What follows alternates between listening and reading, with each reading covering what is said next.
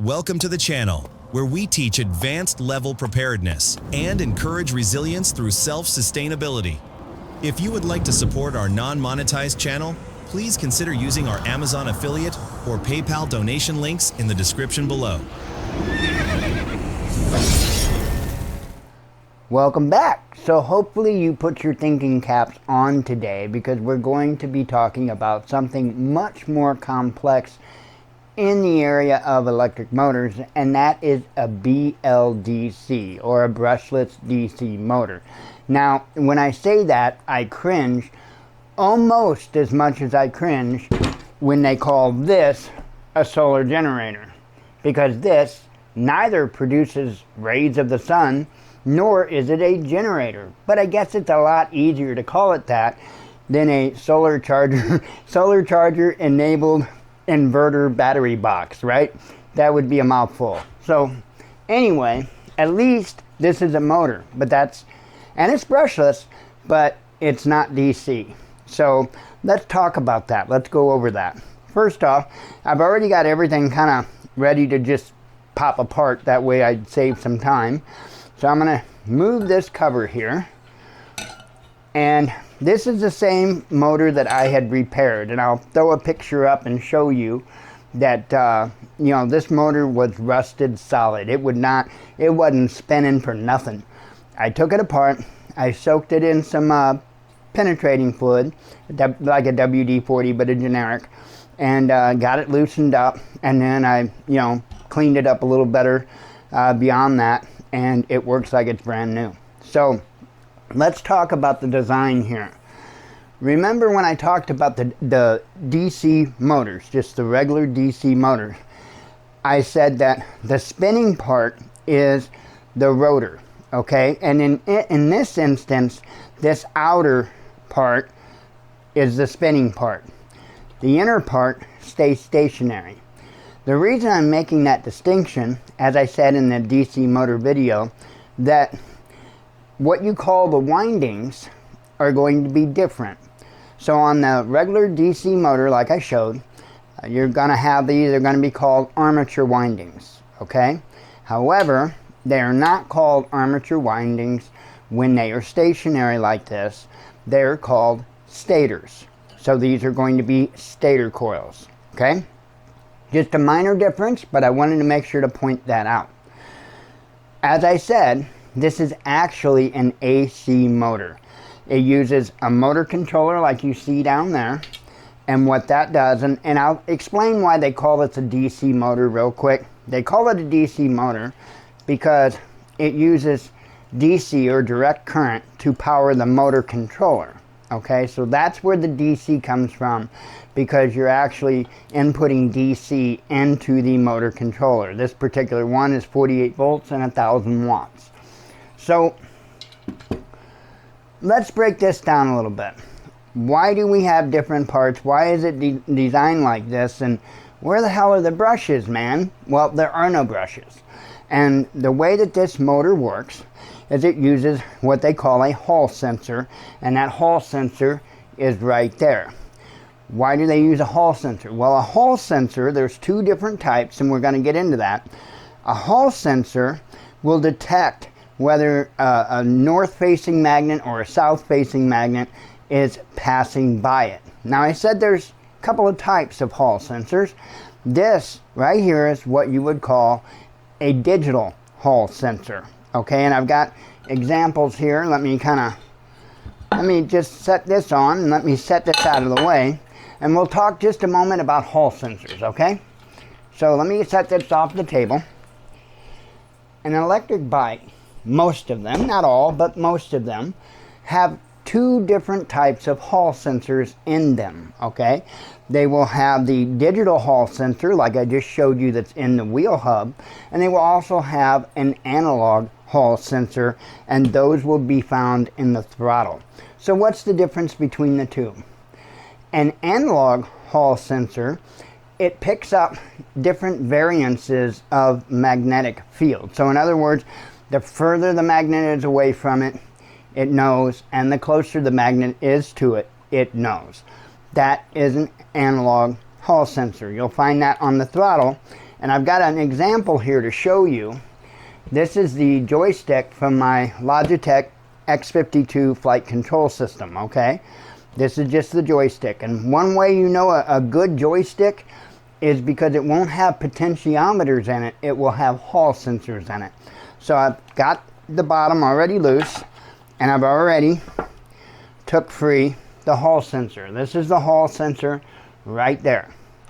Up in here, try to get my fingers out of the way and where you can see it. You'll see that right there and that right there. And there is a magnet on both of those. And what this is, right here, is the sensor, and it will detect how far or how close those magnets are to this sensor. And it makes for a very, very precise control when you're talking about controllers. A Hall sensor controller is much, much better than a potentiometer. They typically last a lot longer, they work a lot better, they're more accurate, and that's one place where you will find an analog style Hall sensor. Now again, it will pick up a variance in the magnetism, and in turn it will give you differences in voltage in some cases. Like this, for instance, it will give you differences in the output depending on how close or how far away that magnet is to that Hall sensor. I know, kind of confusing sounding there, just bear with me. Now, a digital sensor, a Hall sensor, that's not a variable. It's either on or it's off. That's typically the difference between analog and digital, is that analog will be a variance to where digital will either be on or it will be off, okay? So, as in the hub motor there, the reason why they use Hall sensors, specifically on cases like this, is because it's important to get the timing right. So the timing of when these coils fire is very important as to the performance of the motor. When you're using a brushless DC motor, and they are, in my opinion, probably the most popular motor these days. They're absolutely everywhere. You probably don't even realize it. What the advantages are of using a brushless DC motor is, for one, you don't have brushes that wear out. For two, it is extremely accurate. The third thing is they do very, very well, and in the instance of a motor here, they do very, very well at low RPMs. Now, that DC motor that I had showed you from Jen's electric wheelchair, of course, it's a 4-pole motor. So those 4 poles I had told you are there essentially to be able to create more torque. Well, the other reason is because it helps them out a little bit when it comes to the lower RPM to run just a little bit smoother, okay? However, if you just barely push the joystick on a wheelchair and you're paying close attention, you can actually tell when those brushes are hitting the commutator. You will notice a little difference in sound, and there is just a slight little bit of jerkiness. You do not have that with a brushless DC motor. At low RPMs, they run just as smooth as they do at high RPMs. That's a big reason to have these. Now, another example of and I'll put pictures up, another example of Hall sensors in use. I had a 1984 American Aerolites Falcon UL ultralight airplane, and it had a gear, and I'll put pictures up. It had the front gear that would retract. You could retract the gear if you so choose. Now I'll show you a picture of the panel of my plane, and you'll notice that there's a red square and a green square. Those are lights, and those lights were to tell you whether or not your gear was up or down. I had that at the time. It was the most customized Falcon UL in the world. There was only 30 something of them still flying when I had mine, or still flyable, and mine was the most customized one. And I'll show you a picture of what it would look like together, although that picture is from Flight Simulator X. I had about maybe a few hours worth of work on my plane left. Literally, I just had to hook up the control surfaces. That's it. And it would have been full-blown in testing, right? But life happens and I had to sell the aircraft. But that gear had a hall sensor and a magnet so that when you retracted the gear, it would turn on the red light. And then when you extended the gear, it would turn on the green light. And that just used the typical digital hall sensor and on and off, very simple circuit. And there's just another place that I could show you that a hall sensor was used. So again, what happens is the hall sensor communicates with the motor controller. It tells the motor controller precisely where the rotor is in comparison to your stator coils, right? And then what the motor controller will do at that point in time will then send AC voltage through your phase lines. There's 3 phase lines here, and they're typically going to be green, yellow, and blue. That's pretty much about the only colors I've seen them. And they're also going to be a much thicker wire. The hall sensor wires on here are right here. So there's 5 hall sensor wires on this particular one. And again, a lot of times you'll see this. They're red and black, and then you've got yellow, green, and blue. Interesting, huh? So your hall sensor is communicating with the motor controller, and then the motor controller's logic circuit is energizing your phase lines and in turn spinning the motor. So that's typically, that's about the easiest way that I can explain to you how this works. I've got another example here, one that you are very, very familiar with, whether you realize it or not, but another DC brushless motor. Now, anytime a hall sensor is used, does it have to be a brushless motor? And the answer is no, absolutely not. Oops. One example is my diesel heater. And I don't have it in here and I don't have it apart, but the diesel heater has it's just a brushed DC motor, but it's got a digital hall sensor that detects a magnet that's on the fan. And what that's there for is so that the logic on the circuit board can control the RPMs of the motor. So because you have to have fairly good precision when it comes to those diesel motors as far as how fast that fan is spinning. So this is actually out of our little bitty dehumidifier, and you would probably recognize this as a computer fan because it is one in the same. And you'll notice there's only 2 wires, a black and a red, positive and negative, right? And by the way, now the newer ones they're making a little bit different, but a lot of the older ones, and still yet some of the new ones, if you peel that label up, what you're going to find is your shaft, but you're going to have a little split washer there, okay? And I'll give you a little bit of advice. The easy way to get that split washer on is it's got a split in it, and you should probably be able to see that split. So what I do is I take 2 small screwdrivers, and I'll take the larger one, and I'll press down on the side opposite of that split. Hopefully you can see that. And then what I'll do is I'll take the smaller screwdriver, and I'll run it around and get it up underneath of that split, and then I'll just lift it right off of the shaft. That's the easiest way I've ever found to get those split washers off and not have them going flying across the room where you'll never ever find them again. So why would you want to take your computer fan apart? Well, because they get dirty and they don't function very well. This one was starting to make noise. It wasn't functioning as well as what it did before when it was new. And so real quick, while we're doing this, I'm going to show you what I do to fix that. But before I do, let's pull the fan blade off, and you're going to see this is your rotor. You've got your magnet on the outside of the rotor, and just like the e-bike hub, And inside of here, you've got your stator coils. And underneath your stator coils, you might see that brown thing down in there. That is a circuit board. That is the motor controller.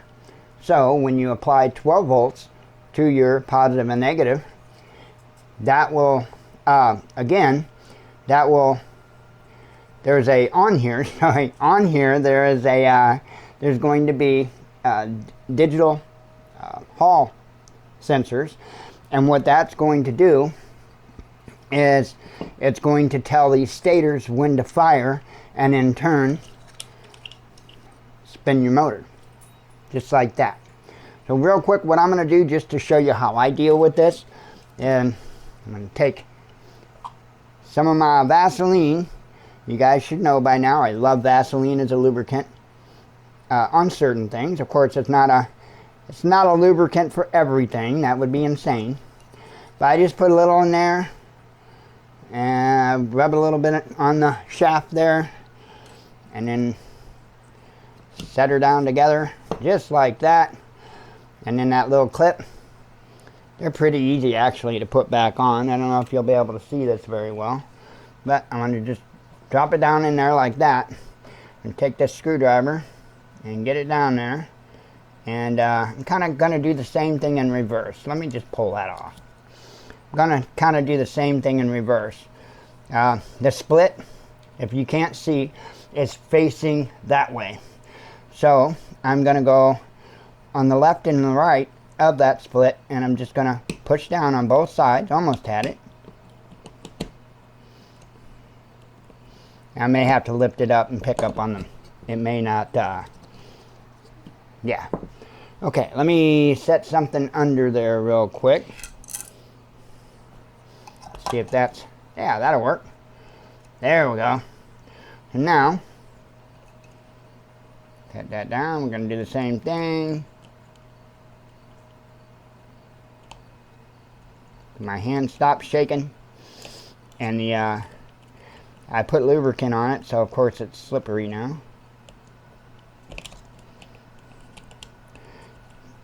And you just got to wrestle with them on there. It's not typically, again, I'm doing this for on camera, so of course it's going to be harder than any other time. And I'm working further away from me, so it's really hard for me to see down in there. But it's in there. I don't know if that'll stick back on or not. If not, I don't care. I don't care. Okay, so there we go. Doesn't make any noise anymore, and it runs really smooth, moves really smooth. So I'll put that back in my little dehumidifier, and it will be good for another, geez, I don't know how many years. So anyway, you know, it's very important to understand this stuff so that you can repair it yourself. That is the reason for me doing this series, is so that you can better understand all of this stuff. I know it sounds a bit confusing when we kick over to the BLDC side, especially when you start throwing in logic circuits and Hall sensors and all that good stuff. They are not nearly as easy to diagnose as what just a regular direct current brushed motor is.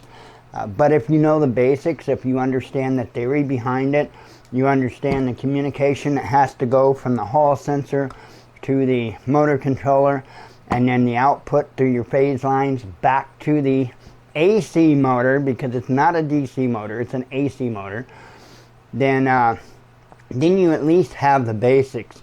You have a basic understanding, and there's ways you can test all the components and stuff like that. We're not going to get into that in these videos, because that's going quite a bit further than I really want to go. And if anybody really wants me to do a deep dive, maybe we'll do a, you know, like a 201 class or something when it comes to this stuff. I have no problem doing it, but I don't want to give out too much information in each video. I don't want to overwhelm people too much, because folks don't, I don't learn if I'm overwhelmed, and most other people don't learn well if they're overwhelmed either. So take little bites at it, and if you guys are interested in me explaining in more detail about the communication from the Hall sensors to the motor controller and then the signal back to the motor, let me know, and I'll be happy to do it. I just don't want to, I don't want to give you too much of a bite in one video. So that's basically it. That's the BLDC, brushless DC motors. Again, they're not really DC, they're AC. They're only called DC because the motor controller is powered by DC. So, are there AC brushless motors? Absolutely. And I don't know that I have any. Actually, I think I might. In fact, the old Jaeger motors, that would technically be a DC or AC brushless motor. So we will most certainly be covering the Jaeger motors. That's going to be covered in the AC motor video I'm going to do. There's two types of motors. I'm going to show you brushed and brushless. So anyway, I think that wraps it up for the BLDC video. If you've got any questions, if you want to see a 201 class when it comes to the BLDC systems, just let me know. I'll be happy to do it. I hope you all have a great day. I hope you could learn something from this, and we'll talk to you soon. Shalom.